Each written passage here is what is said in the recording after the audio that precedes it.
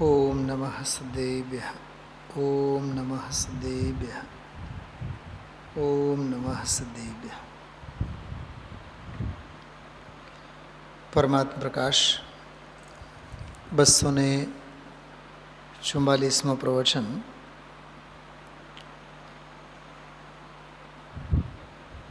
આત્મતત્વનું અદ્ભુત સ્વરૂપ 213 નંબરની ગાથા.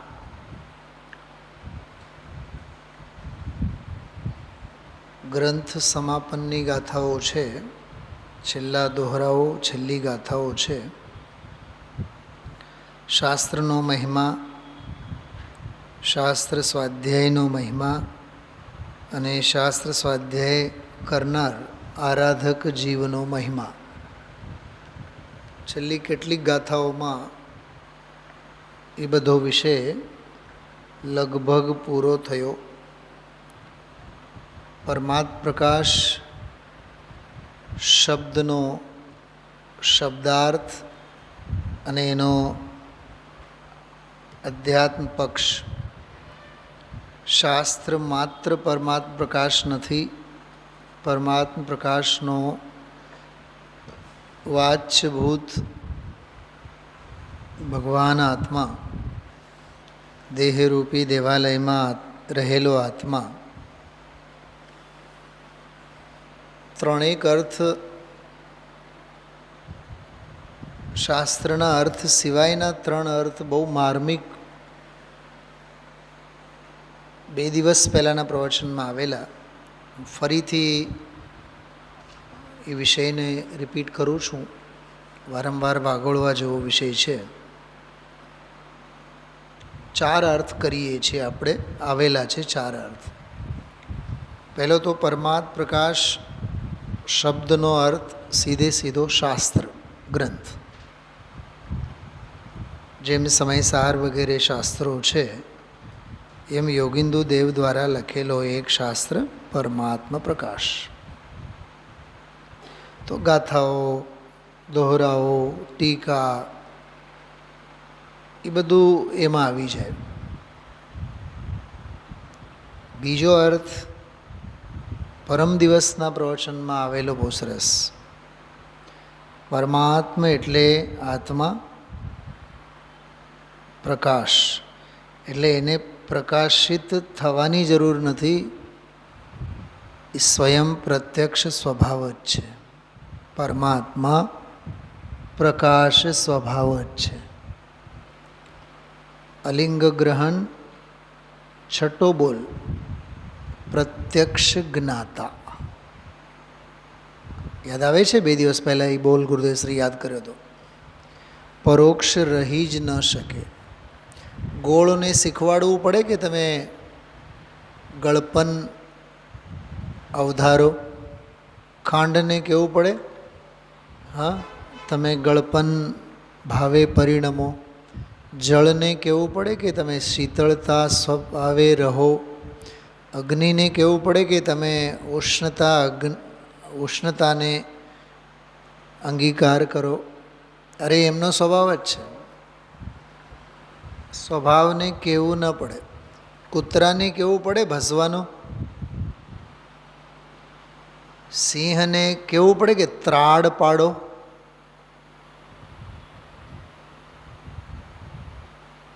ઉંદરને કહેવું પડે કે કપડાને તમે કોતરી નાખો. સ્વભાવ જ છે.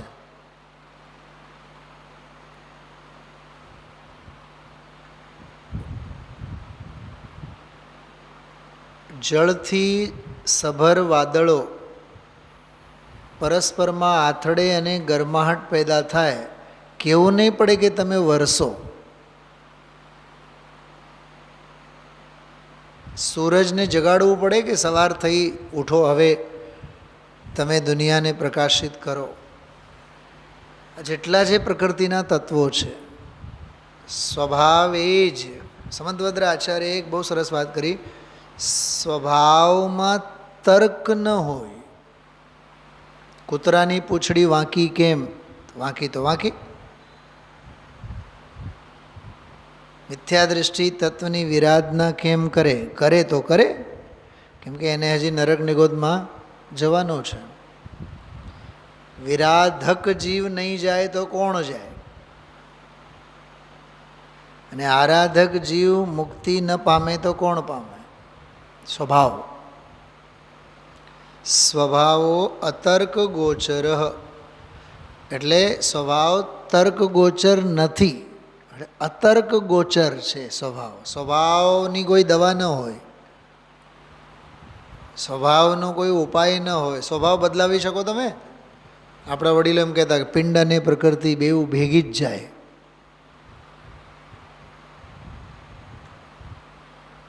દામજીભાઈ, હમણાં 20-25 મિનિટ પહેલાં જ મેં એક વ્યક્તિ સાથે વાત કરતાં એક વાત કરી. મેં આપણી નજરોની સામે કેટલા વયા ગયા. 8-10 જણાના નામ લીધા મેં તો 8-10 જણા જે વયા ગયા ને, બધાએ પોતપોતાના ક્ષેત્રમાં પોતાનો અહમપનાનો થાંભલો લઈને જ ઊભા હતા. મારે અહીંથી નામ નથી કહેવા તમને, પણ જે 8-10 નામ જીભે આવ્યા ને એ બધા એવા જ હતા. પોતપોતાના ક્ષેત્રમાં બસ અમે સર્વે સર્વા, અમારા વગર તો નહીં જ થાય. તે બધાએ વયા ગયા ને, તો એ વિશ્વનું પરિણમન તો ચાલુ જ છે ને. હોતા સ્વયં જગત પરિણામ. હા, કારણ વિનાનો અહમ અને અભિમાન છે સ્વભાવ. તો પહેલો અર્થ શાસ્ત્રના અર્થમાં, બીજો અર્થ સ્વભાવ કેવો છે? પરમાત્મ એટલે પરમાત્મા એ પ્રકાશિત જ છે. પરમાત્મા પ્રકાશનો બીજો અર્થ પ્રત્યક્ષ જ્ઞાતા.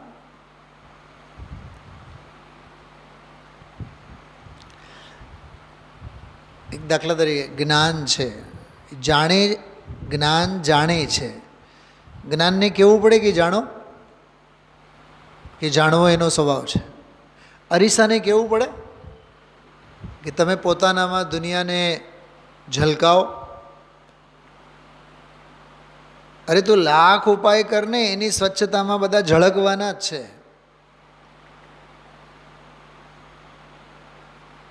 તરસ લાગ્યા બાદ યાદ કરવું પડે છે કે જળને, કે યાદ આવી જ જાય છે.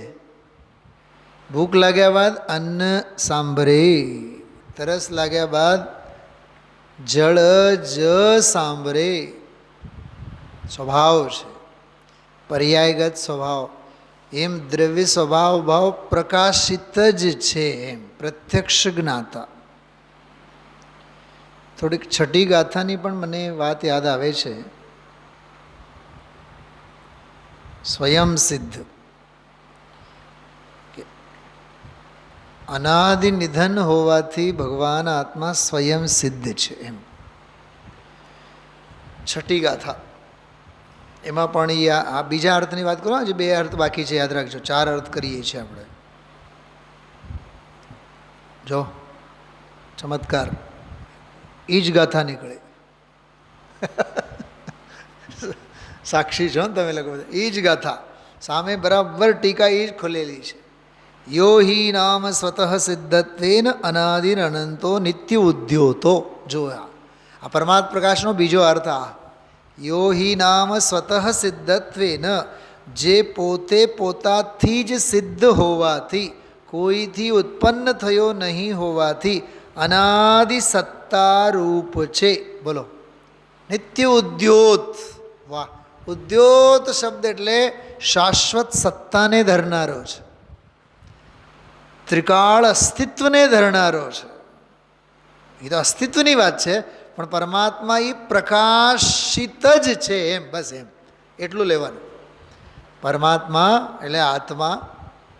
પરમાત્મા એટલે કોઈ સિમંદર ભગવાન, યુગમંદર ભગવાન એની વાત નથી, 2400ની વાત નથી. અહીંયા દેહરૂપી દેવાલયમાં વિરાજમાન આત્માની વાત. આત્મા અપ્પાસો પરમપ્પા, આત્મા જ પરમાત્મા છે.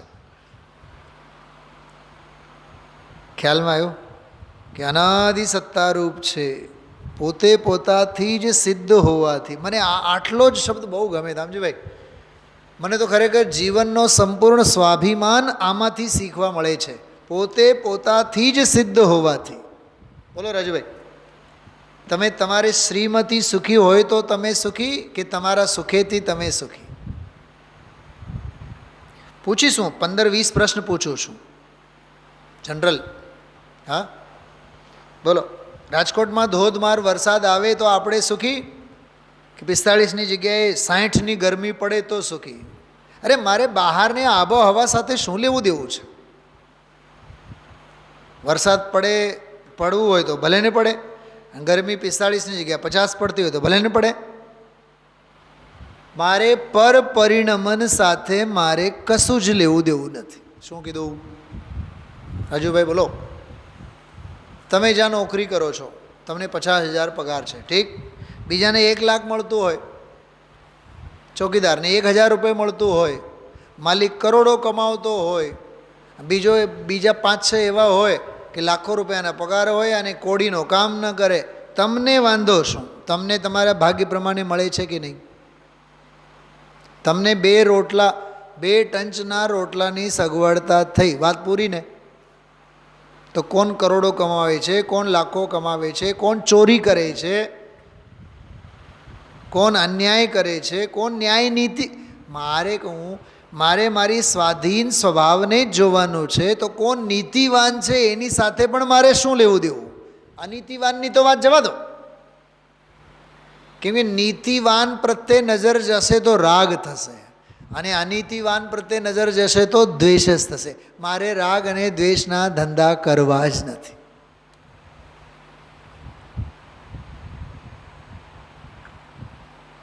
કેમ કે હું નિત્ય ઉદ્યોતમાન છું, અનાદિ અનંત, પોતે પોતાથી જ. હા, કેટલું સરસ આવ્યું! પોતે પોતાથી જ સ્વયં સિદ્ધ હોવાથી અનાદિ અનંત છે, અવિનાશી છે, એવો સ્વભાવ ભાવ. તો બીજો અર્થ, પહેલો અર્થ કયો? પરમાત્મા પ્રકાશ, શાસ્ત્રના અર્થમાં. બીજો અર્થ પ્રત્યક્ષ જ્ઞાતા, સ્વયં પ્રકાશિત જ છે, બીજો અર્થ. ત્રીજો અર્થ અને ચોથો અર્થ બહુ માર્મિક આવ્યો. ત્રીજો અર્થ પરમાત્મા એટલે આત્મા, પ્રકાશ એટલે પ્રકાશિત થવું, એટલે અનુભવમાં આવવું, એટલે સાધક દશા. ચોથો ગુણસ્થાન. હવે તમને કેટલાને કેટલું યાદ છે ખબર નહીં. મેં પરમ દિવસે બધી રામાયણની વાત કરી છે સવારના સ્વાધ્યાયમાં. ધનજીભાઈ, રોજે રોજ આ જ વાત કરવાની? પરમ દિવસે મેં બધી વાત કરી છે, ત્યાંથી નિશાળેથી. ઉપાય તત્વ કીધું તું. તો ઉપાય તત્વ એટલે સમ્યક દર્શન, જ્ઞાન, ચારિત્ર, મોક્ષ માર્ગ. તો ભગવાન આત્મા જે સ્વભાવે છે તે પ્રકાશિત થવું એટલે અનુભવમાં આવું. જ્ઞાનનો જ્ઞેય બનવો, શ્રદ્ધાનો શ્રદ્ધેય બનવો, આરાધનાનો આરાધ્ય બનવો, સુખનો વિષય આહ્લાદકારી બનવો, સ્વરૂપની રચનારૂપ વીરનો વિષય બનવો. એનું નામ પરમાત્મા પ્રકાશ. ઉપાય તત્વ. પ્રગટ મોક્ષ માર્ગ.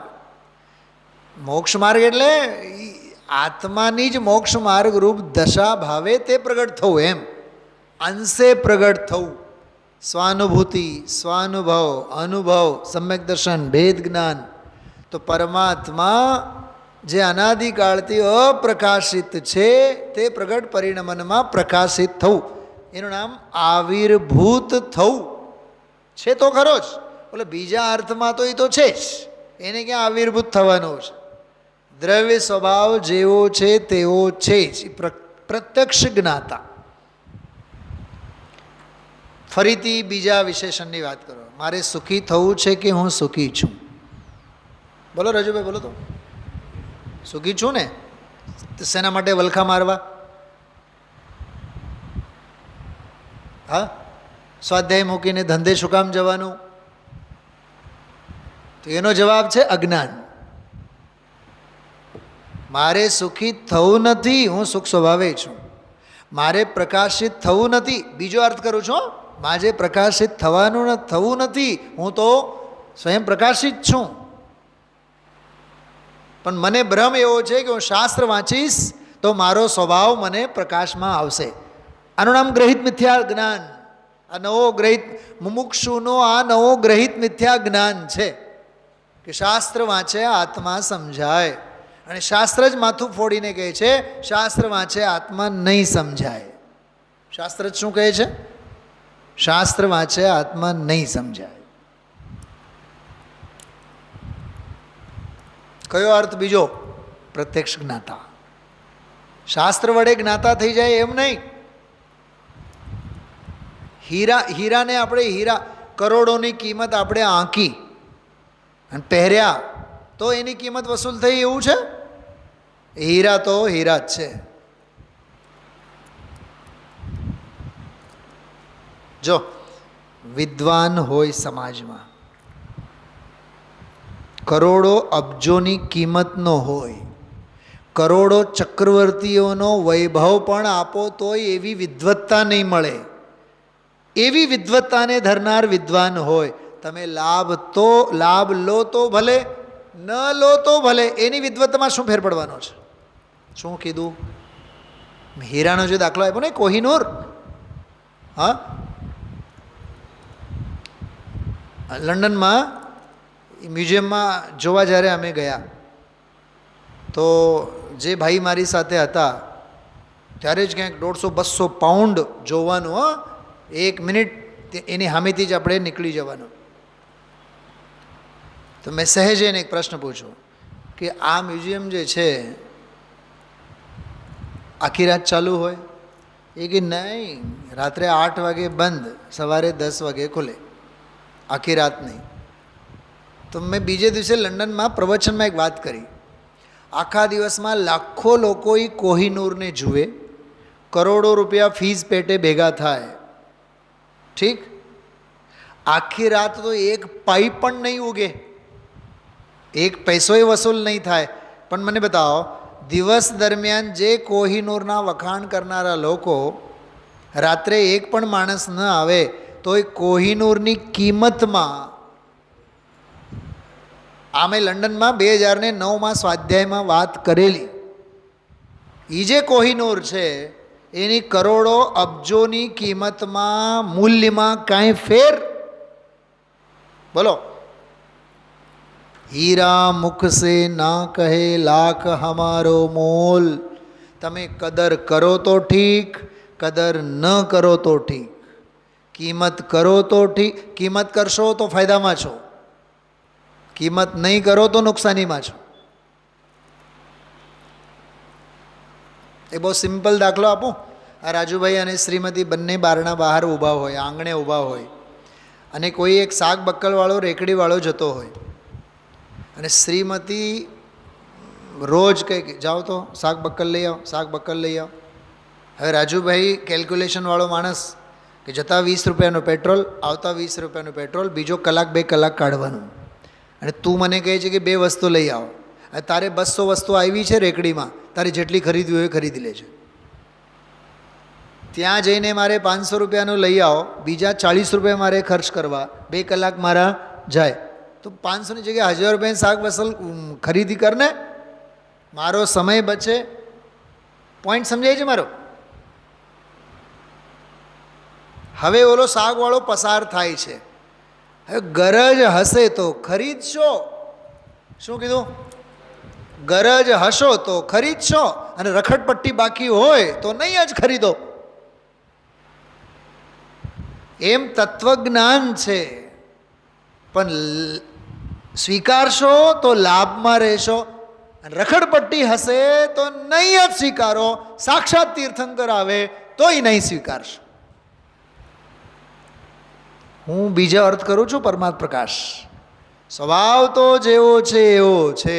માનો તો ભલે, ન માનો તો, માનો તો એમાં કાંઈ વધારો થવાનો નથી, નહીં માનો તો એમાંથી કાંઈ ઘટવાનો નથી. જેમ મેં વિદ્વાનનો દાખલો આપ્યો, વિદ્વાનથી તમે લાભ લો, એની પ્રતિભામાં કાંઈ ઘટાડો વધારો તો થવાનો જ નથી. લાભ લેશો તો લાભમાં છો, ન લાભ લો તો દારિદ્ર્ય તો છે જ. શું સમજાણું? કેટલા મેં દાખલા આપ્યા? હીરાના દાખલા, વિદ્વાનના દાખલા, શાક બક્કલના દાખલા, સમયના દાખલા, બધું વિચારવાનું. ભાઈ રાજુભાઈ,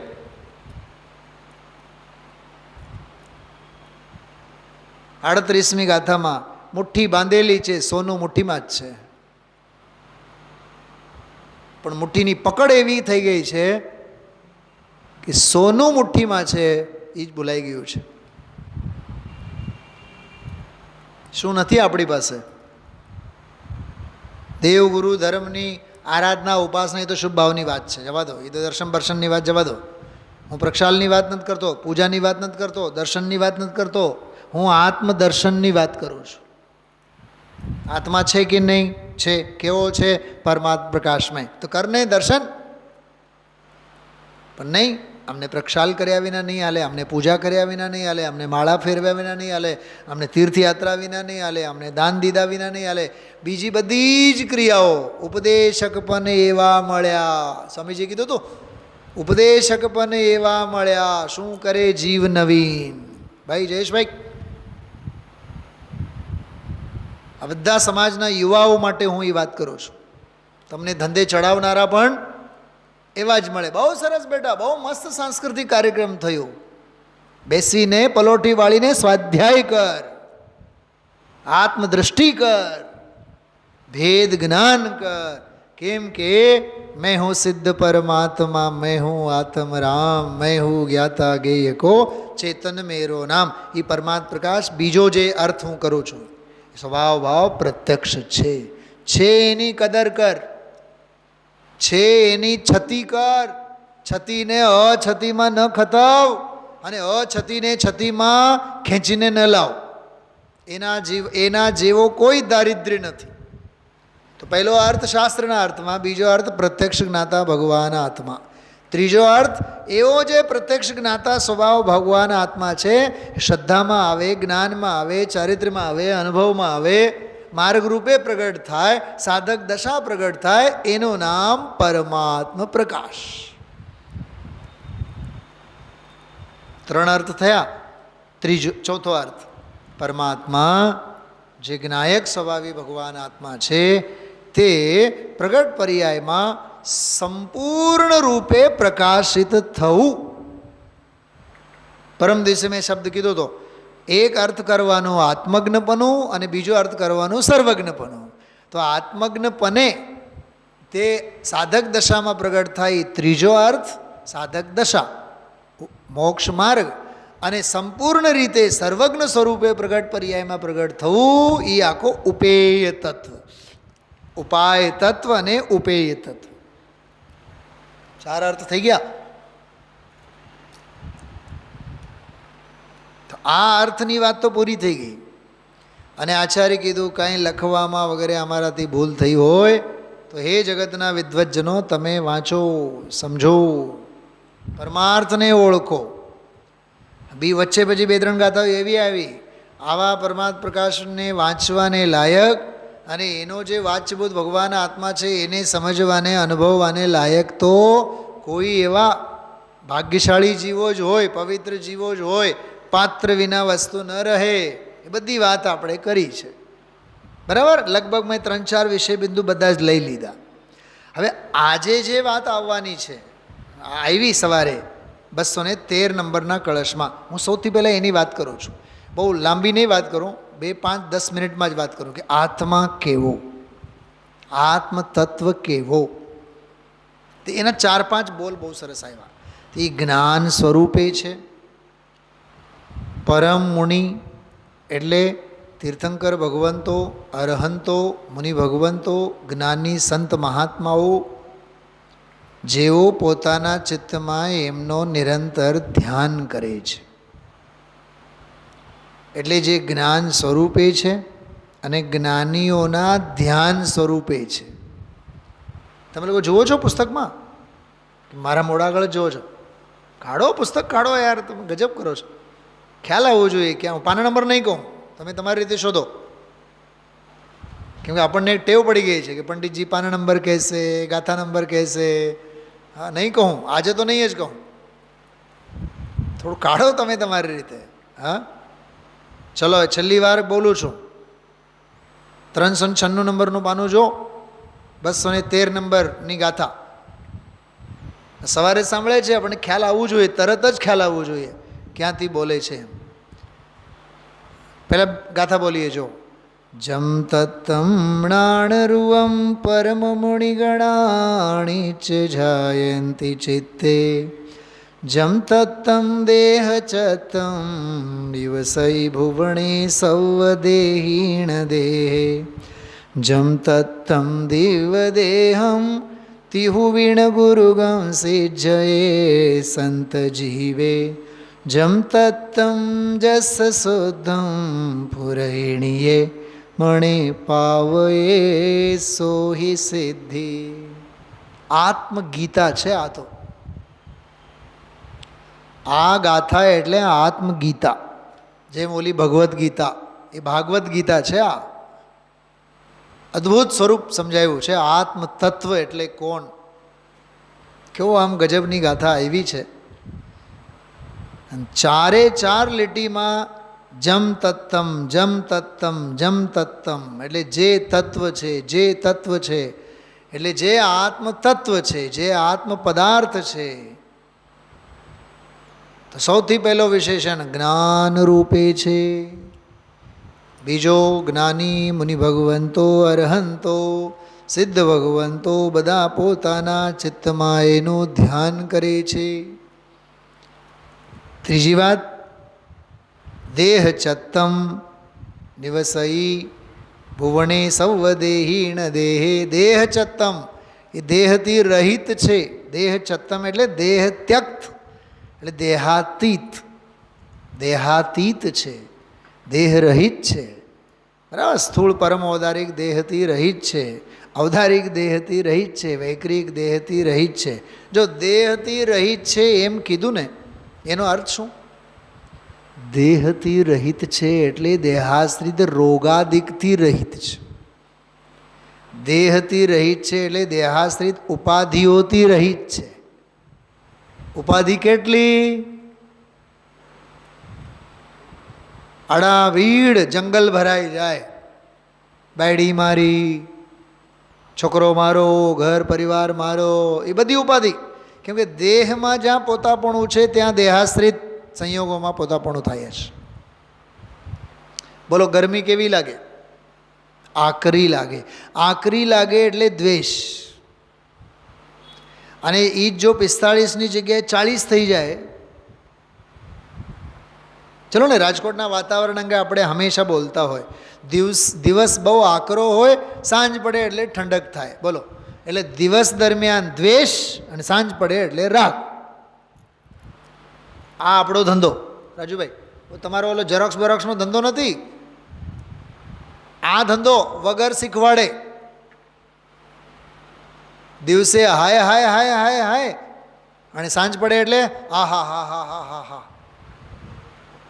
હજી કહું, દિવસ દરમિયાન હાય હાય હાય હાય હાય હાય હાય આર્ત ધ્યાન, અને સાંજ પડે આ હા હા હા બહુ સરસ ઠંડક, એવો મસ્ત મજાનો પવન આવ્યો. ઓટલે બેઠા હોય, ચોટલા કાપી નાખતા હોય બીજાના, એ રૌદ્ર ધ્યાન છે. બોલો ક્યાં શીખવાડવું પડે છે? દિવસ દરમિયાન આકરા તાપને લીધે દ્વેષ, સાંજ પડે એટલે રાગ. કોઈને કહેવું પડે છે, સમજાવવું પડે છે. હજી એક વાત સાંભળો. દિવસ દરમિયાન ઘડીક ભર માટે પણ બહાર નહીં નીકળે, તડકા લાગી જાય. અને સાંજ પડે એટલે રખડવા એવો નીકળે કે રાત્રે 2 વાગ્યા સુધી ઘરે પાછો આવવાનો નામ ન લે. બોલો રાગમાં કેવો તણાઈ જાય છે. અને આ ધંધો આપણો જીવનમાં ચાલુ છે બરાબર. હા, ઘરે કોઈ કામ નહીં હોય ને, ઓટલે બેસી જાય ને, 2 કલાક 3 કલાક ક્યાં જાય વાતોમાં ખબર ન પડે. અને સ્વાધ્યાયમાં બેઠા હોય તો 40-45 મિનિટ પછી બગાસા આવતા હોય. આંખો ઘેરાઈ જાય નિંદરથી. કા? કેમ કે તત્વજ્ઞાનના સંસ્કાર જ નથી. અને ઓલા રાગ અને દ્વેષના તો ભરી ભરીને સંસ્કારો પડેલા છે. ખ્યાલમાં આવ્યું? તો કયા શબ્દનો અર્થ કરું છું? દેહરહિત. દેહરહિત એટલે શું? દેહરહિત એટલે દેહજન્ય ઉપાધિથી રહિત. તો સ્ત્રી, પુત્ર, ગરમી, ઠંડી, બધી જ ઉપાધિ, રાજુભાઈ, બધી જ ઉપાધિ લઈ લેવાની. ખાવાનું, પીવાનું, ઓઢવાનું, પહેરવાનું. તો દેહ રહિત એટલે દેહાશ્રિત સંયોગોથી રહિત, દેહાશ્રિત ઉપાધિઓથી રહિત. અરે દેહજન્ય રાગ દ્વેષથી રહિત. जिसके श्रृंगारों में मेरा यह महंगा जीवन घुल जाता, એનાથી રહિત. મને ઘણી વાર વિચાર આવે, શ્રીમદજી હીરાના વેપારી હતા, જે તે કાળે ડ્રાયફ્રૂટ્સ તો હશે જ ને, તો પલાળીને બાદામ ન ખાતા હોય શ્રીમદજી સવારે? આ તો મૂર્ખતા છે આવી કલ્પના કરવી. પણ હું તમને સાચું કહું છું, વિચાર કરું છું. હા, અત્યારે આ પંચમ કાળમાં 2025માં ગરીબમાંથી ગરીબ માણસ પણ અખરોટ અને બાદામ અને બધા પલાળીને, એમાંય પછી ડૉક્ટર કહે એટલે તો પછી જાણે કે સાક્ષાત તીર્થંકર કીધું હોય. ડૉક્ટરે કીધું છે 4 બાદામ રોજ પલાળીને ખાવાનો. રોટલી નહીં ખાય પણ બાદામ તો ખાય જ. તો મને વિચાર આવે, શ્રીમદજી પાસે બાદામ ન હોય? સાવ આવા નખાઈ ગયા હતા, 30, 31, 32 વર્ષની, 33 વર્ષની ઉંમરમાં તો ચાલ્યા ગયા. અરે આત્મસિદ્ધિ અને અપૂર્વ અવસર આપનારા મહાપુરુષ ભયંકર રોગથી ઘેરાયેલા હતા. ભયંકર રોગથી ઘેરાયેલા હતા.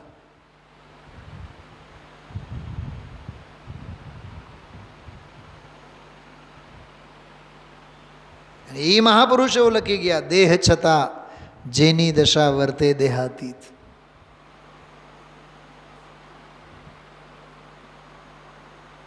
સાચું કહું, આત્મસિદ્ધિમાં જે આ છંદ છે ને, દેહ છતાં જેની દશા, મને તો એવું લાગે એ છંદનો મૂળ ક્યાંય હોય તો આ શ્લોકમાં છે. આવું તો ઘણું બધું ઘણી જગ્યાએ એવું છે.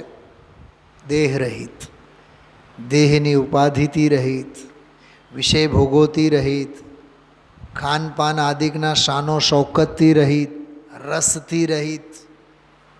જેમ નિર્ગ્રંથનો અર્થ આપણે કર્યો તો ગઈકાલે, 5 પાપોથી રહિત માર્ગ એટલે નિર્ગ્રંથ માર્ગ.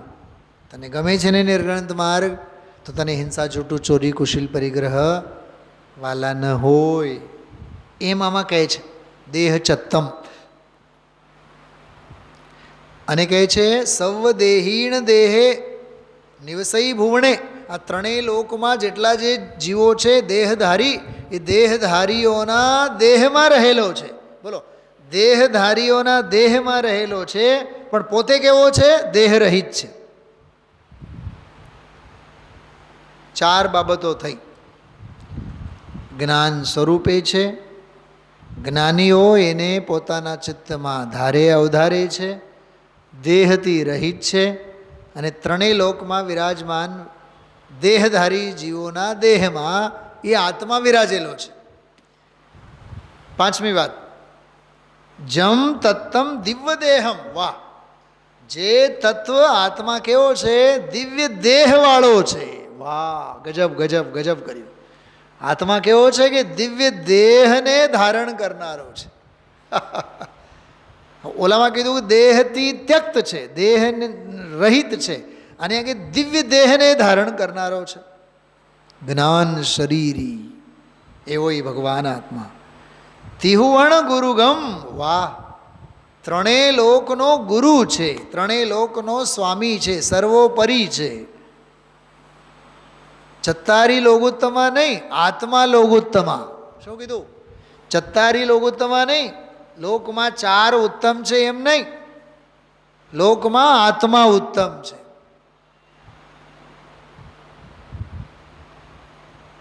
એટલે બહારમાં મોટિવેશનલ સ્પીચમાં આવે, આઈ એમ એ બેસ્ટ.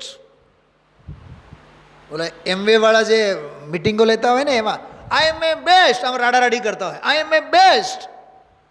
હંમેશા વિચારવાનું, હું મારા જેવો કોઈ બેસ્ટ છે જ નહીં. એમ વિચારશો ને તો ધંધામાં તમે સફળ થશો, પણ પુણ્ય હશે તો સફળ થશો. અહીંયા કહે છે આઈ એમ ઇઝ ધ બેસ્ટ.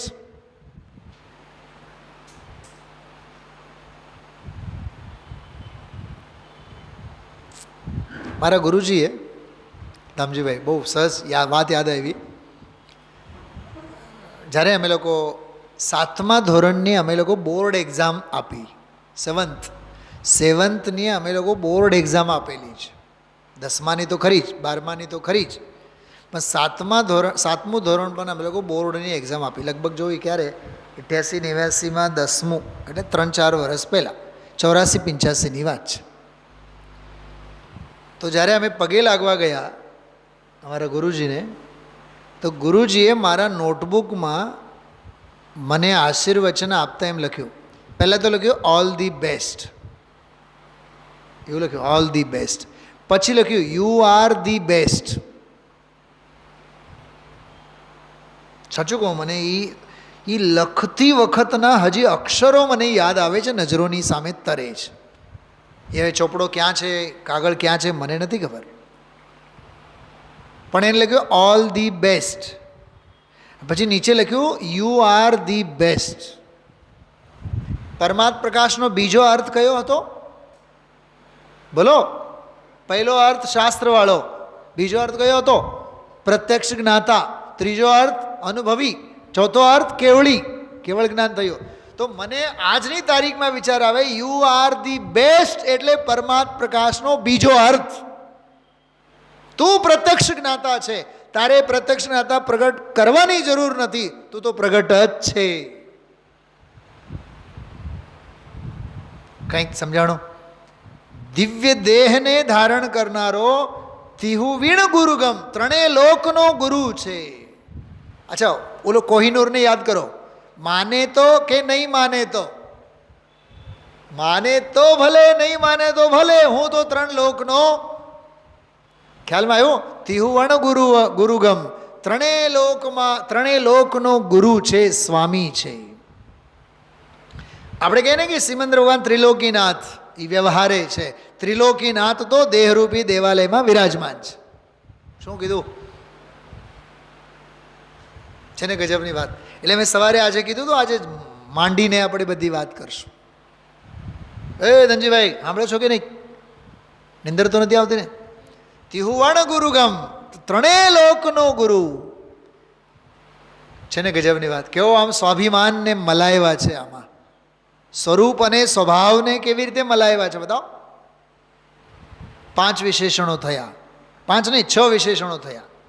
પહેલી લીટીમાં 2, બીજી લીટીમાં 2, અને આ 2 દિવ્ય દેહને ધારણ કરનારો અને તિહુવીણ ગુરુગમ, ત્રણેય લોકનો ગુરુ છે. 6 વિશેષણ થયા. 7મો સિજ્જયે સંત જીવે, જે શાંત જીવો છે. આહા હા હા હા, શાંત જીવો છે એટલે કષાયની ઉપશાંતતા જેમને છે, કષાયો જેમની જતી રહી છે, સંકલ્પ વિકલ્પો જેના જતા રહ્યા છે, એવા જીવના ચિત્તમાં જ તે સિદ્ધ થાય છે. આ શાંતિનો માર્ગ છે, આ ઉપાધિનો માર્ગ નથી, આ સમાધાનનો માર્ગ છે, આ સમસ્યાનો માર્ગ નથી, આ લડવાનો માર્ગ નથી, આ સમજવાનો માર્ગ છે. આ વાદ વિવાદનો માર્ગ નથી, આ સંવાદનો માર્ગ છે. આ અનુભવની વાર્તાનો માર્ગ નથી, આ વ્યાખ્યાનનો માર્ગ નથી, આ વ્યાખ્યાન બંધ કરીને સ્વરૂપ અને સ્વભાવમાં ઠરવાનો માર્ગ છે. શાંત જીવમાં જ સિજ્જઈ એટલે સિદ્ધ થાય છે. જમ તત્તમ જસ શુદ્ધમ, અને એ તત્વ કેવો છે? 6 વિશેષણ થયા ઉપર, આ 7મો વિશેષણ જે શુદ્ધ છે. અને હવે 8મો વિશેષણ નિયમણે પાવયે સોહી સિદ્ધિમ, જે પોતાના સ્વરૂપ અને હૃદયમાં જ તે સિદ્ધ સ્વભાવ ભાવની સિદ્ધિ કરે છે. જમ તત્તમણાણરુવમ પરમ મુનિમણા નિચ્છ જાયંતિ ચિત્તે, જમ તત્તમ દેહ ચત્તમ નિવસઈ ભુવણે સૌદેહીણ દેહે, જમ તત્તમ દિવ્યદેહમ તિહુવીણ ગુરુગમ સિજ્જયે સંત જીવે, જમ તત્તમ જસ શુદ્ધમ પુરૈણીએ મણે પાવયે સોહી સિદ્ધિમ. આપણે જો 2 વિષય થયા, હજી ત્રીજો વિષય બાકી છે, હું લઈ લઉં છું હમણાં. પહેલો વિષય કયો લીધો? પરમાત્મ પ્રકાશના 4 અર્થ, ઉત્તમ ક્ષમાવાળી બધી વાત. બીજો આ શ્લોક 213, જેમાં આત્મતત્વ અંગેના 7-8 બધા વિશેષણો, આત્મા કેવો એની વાત, આત્મતત્વ કેવો એની બધી મૂળ ચર્ચા. 7 તત્વની વાત નહીં, આત્મતત્વની વાત. અને હવે આવતીકાલે છેલ્લા પ્રવચનમાં 245માં પ્રવચનમાં 213 અને 14, આજે ઉપસંહારવાળી જે છેલ્લી 2 ગાથાઓ બાકી છે, એ છેલ્લી 2 ગાથાઓમાં એક બહુ અદ્ભુત અને ગજબ ચર્ચા. સાવ છેલ્લી ગાથામાં જે પરમાત્મ પ્રકાશની જે ટીકા છે 214 નંબરની ગાથા, એની ટીકામાં આવતી એક અતિશય માર્મિક ચર્ચા. અને એ ઉપસંહારવાળી ગાથા તો 214 નંબરની પૂરી થશે જ. એમાં તો એમ કહેશે કે જિસકા જ્ઞાન આનંદ રૂપ શરીર હૈ, ફરીથી જો દિવ્ય કાય શબ્દનો પ્રયોગ કર્યો છે, 402 નંબરનું પાનું. जिसका ज्ञान आनंद रूप शरीर है अथवा अरहंत पद को प्राप्त हुए जीवों का प्रकाशमान परम औदारिक शरीर है, ऐसा परमात्म तत्व सर्वोत्कर्ष पने से वृद्धि को प्राप्त होवे. जो परम औदारिक शरीर ऐसा है कि जिसका तेज हजारों सूर्यों से अधिक हैं, अर्थात सकल प्रकाशी हैं, जो परम पद को प्राप्त हुए केवली हैं, उनको तो साक्षात दिव्य काय पुरुषाकार भासता है. और जो महामुनि हैं उनके मन में द्वितीय शुक्ल ध्यान रूप वीतराग निर्विकल्प समाधि रूप भास रहा है और मोक्ष का देने वाला है, जिसका केवल ज्ञान स्वभाव है. ऐसी अपूर्व ज्ञान ज्योति सदा कल्याण रूप है. लोक में शिव स्वरूप अनंत परमात्मा की भावना से उत्पन्न जो परमानंद अतीन्द्रिय सुख, उससे विपरीत जो 5 इंद्रियों के विषय उनमें से आसक्त हैं, उनको जो परमात्म तत्व महादुर्लभ है. અને ઉત્થાનિકા ભાવાર્થમાં એક જ વાક્ય લખ્યું છે, इस लोक में विषयी जीव जिसको नहीं पा सकते, ऐसा वह परमात्म तत्व जयवंत होवे. बराबर. અહીંયા આ ટીકા પૂરી થાય છે. જયવંત વર્તો ઈ ભગવાન આત્મા એમ કરીને, બરાબર, આશીર્વચન રૂપ. અને હવે એના પછી જે એક ટીકાનો બહુ માર્મિક અંતિમ કથન બાકી છે, 407 નંબરના પાને છે.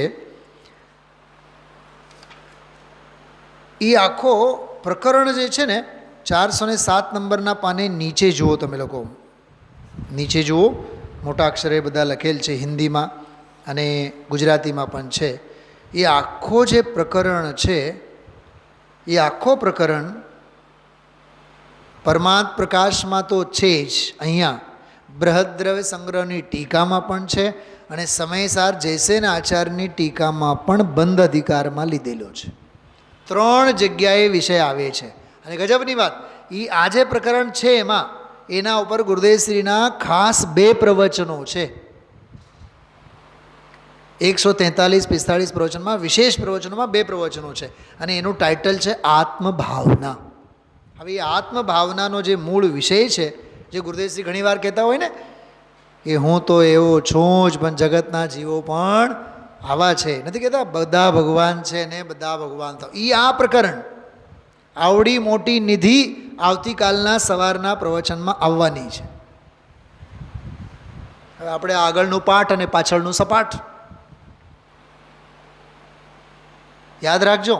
સ્વાધ્યાય કરતી વખતે જો ધારણા એને અવધારતા નથી, આપણે સ્મરણમાં નથી રાખતા, સમજી જ લેવાનું એના જેવો કોઈ બીજો અપરાધ નથી.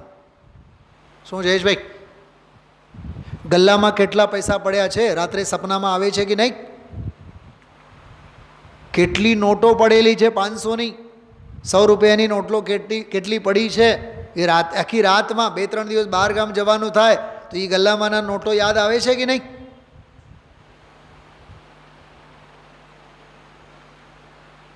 થોડોક પ્રકરણ યાદ કરવો જોઈએ.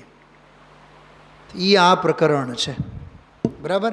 સમય નથી મારી પાસે, પણ આના ઉપર આત્મભાવનાના નામે અસ્તિ અને નાસ્તિ એવો હું ભરિત અવસ્થ એટલે સહિત સ્વભાવે છું. એટલે જ્ઞાન આનંદ સુખ વગેરેથી સહિત સ્વભાવે છું અસ્તિ, અને હું ક્રોધ માન માયા લોભ વગેરેથી શૂન્ય સ્વભાવે નાસ્તિ સ્વરૂપે છું. તો અસ્તિ અને નાસ્તિવાળા બે બોલ છે અને સળંગ એક ફકરો છે. એના ઉપર ગુરુદેવશ્રી આવતીકાલે હવે કહેશે કે મેં સહજ શુદ્ધ જ્ઞાનાનંદ સ્વભાવ નિર્વિકલ્પ હું, उदासीन हूँ, निजानंद निरंजन शुद्धात्म सम्यक दर्शन सम्यक ज्ञान और सम्यक चारित्र रूप निश्चय रत्नत्रय मयी निर्विकल्प समाधि से उत्पन्न वीतराग सहजानंद रूप आनंदानुभूति मात्र जो स्वसंवेदन ज्ञान उससे गम्य हूँ, अन्य उपायों से गम्य नहीं हूँ. निर्विकल्प निजानंद ज्ञान कर ही मेरी प्राप्ति है, पूर्ण हूँ. राग द्वेष मोह क्रोधमान माया लोभ पांचों इंद्रियों के विषय व्यापार मन वचन काय द्रव्य कर्म भाव कर्म नो कर्म ख्याति पूजा लाभ देखे सुने और अनुभवे भोगों की वांछारूप निदान बंध माया मिथ्या ये तीन शल्य इत्यादि विभाव परिणामों से रहित सब प्रपंचों से रहित. जो आयु नास्ती वालों बोलायो, तीन लोग तीन काल में मन वचन काय कर कृतकारी अनुमोदना कर शुद्ध निश्चय से मैं आत्मा राम ऐसा हूँ तथा सभी जीव ऐसे हैं. હવે આવ્યું જો, ऐसी सदैव भावना करनी चाहिए. ખ્યાલમાં આવ્યું? પછી પ્રથમાન યોગનું પણ આમાં રામચંદ્ર વગેરેને પણ યાદ કર્યા છે. તો આત્મભાવનાવાળા આ પ્રકરણ સાથે અને પ્રથમાન યોગના મહાપુરુષોના સંસ્મરણ સાથે 213 અને 14 આ ટીકા આવતીકાલના છેલ્લા પ્રવચનમાં પૂરી થશે. તો આપણે 3 બિંદુઓ લીધા છે વિશેષ. સમજો કે પરમાત્મ પ્રકાશ ઉપરનો આપણો આ છેલ્લો સ્વાધ્યાય છે. આજે આ સ્વાધ્યાય પૂરો થયો. પરમાત્મ પ્રકાશના 4 અર્થ, 213 નંબરની ગાથા જેમાં આત્મતત્વના 7-8 વિશેષણો, અને છેલ્લી 2 ગાથાઓમાં ખાસ કરીને 214 નંબરની ગાથામાં જે આત્મભાવનાના નામે જ્ઞાની જીવ હું કેવા અસ્થિ સ્વભાવે છું અને હું કેવી રીતે નાસ્તિ સ્વભાવે છું, આવી રીતે આ પ્રકરણ આમાં પૂરો થયો.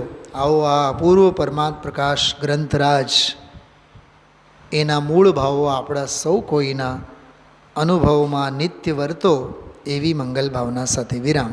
ઓમ નમઃ સિદ્ધેભ્ય.